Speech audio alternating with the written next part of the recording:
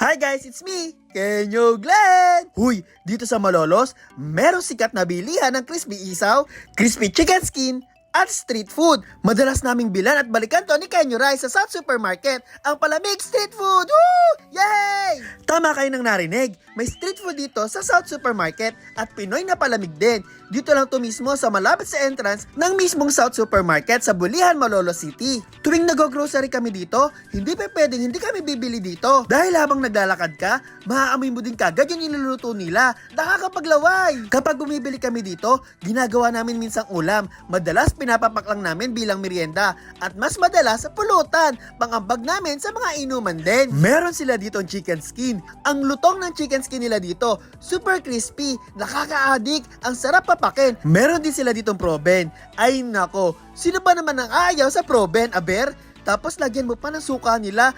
Yung suka nila dito,